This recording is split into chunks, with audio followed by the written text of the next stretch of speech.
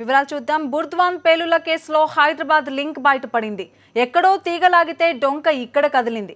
Most wanted terrorist ను national investigation team మహానగరంలో arrest చేసిన నేపథ్యంలో అనేక విషయాలు వెలుగు చూస్తున్నాయి. తాజా సమాచారం మా కరెస్పాండెంట్ రాజేష్ అడిగి తెలుసుకుందాం. Rajesh, most wanted terrorist Khalid అరెస్టుకు సంబంధించి సమాచారం ఏంటి?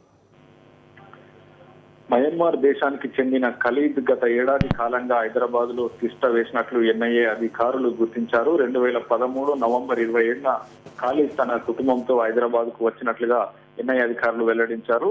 ఖలీద్ తన యొక్క భార్య, కూతురు, అదేవిధంగా తల్లితో కలిసి తాడి షరీఫ్ పోలీస్ స్టేషన్ పరిధిలోని బాలాపూర్ సమీపంలో రాయల్ కాలనీలో నివాసం ఉంటున్నట్లుగా కూడా ఎన్ఐఏ అధికారులు గుర్తించారు. దీంతో 2 రోజుల క్రితమే ఖలీద్ ఇక్కడ ఉంటున్నాడనే సమాచారాన్ని అందుకున్నటువంటి ఎన్ఐఏ అధికారులు ఆయన ఇంటి పైన సోదాలు చేశారు. అతన్ని అదుపులోకి తీసుకున్నారు. ఆ తర్వాత దానికి సంబంధించి అతని వద్ద ఏదైతే కంప్యూటర్ కానీ పేలుడు పదార్థాలు వీటన్నిటి కూడా స్వాధీనం చేసుకున్నట్లుగా తెలుస్తుంది.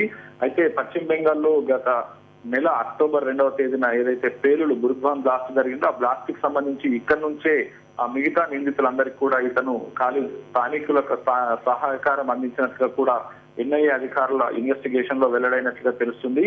అయితే ఇక్కడ ఉండి ఏ పని చేయకుండానే తాను భార్య, అదేవిధంగా తల్లి పనిచేస్తుండగా వారి జీవనాధారం మీదనే ఖలీద్ ఆధారపడ్డట్లుగా కూడా సమాచారం ఉంది. అయితే రాయల్ కాలనీలో ఉంటున్నట్టు 2-3 నెలల క్రితమే శంషాబాద్ లో ఒక రూమును కూడా ప్రత్యేకంగా అద్దెకు తీసుకున్నట్లుగా తెలుస్తుంది. అక్కడ అద్దెకు తీసుకున్న తర్వాత అనంతరం ల్యాప్టాప్ ద్వారా కొంతమంది ఉగ్రవాదులతో, అంటే పాకిస్తాన్ కు సంబంధించినటువంటి చెందినటువంటి ఉగ్రవాద సంస్థలు ఏవైతే ఉన్నాయో నిత్యం నెట్ ద్వారా టచ్ లో ఉన్నట్లుగా కూడా ఎన్ఐఏ అధికారులు గుర్తించారు. తరంగిణి.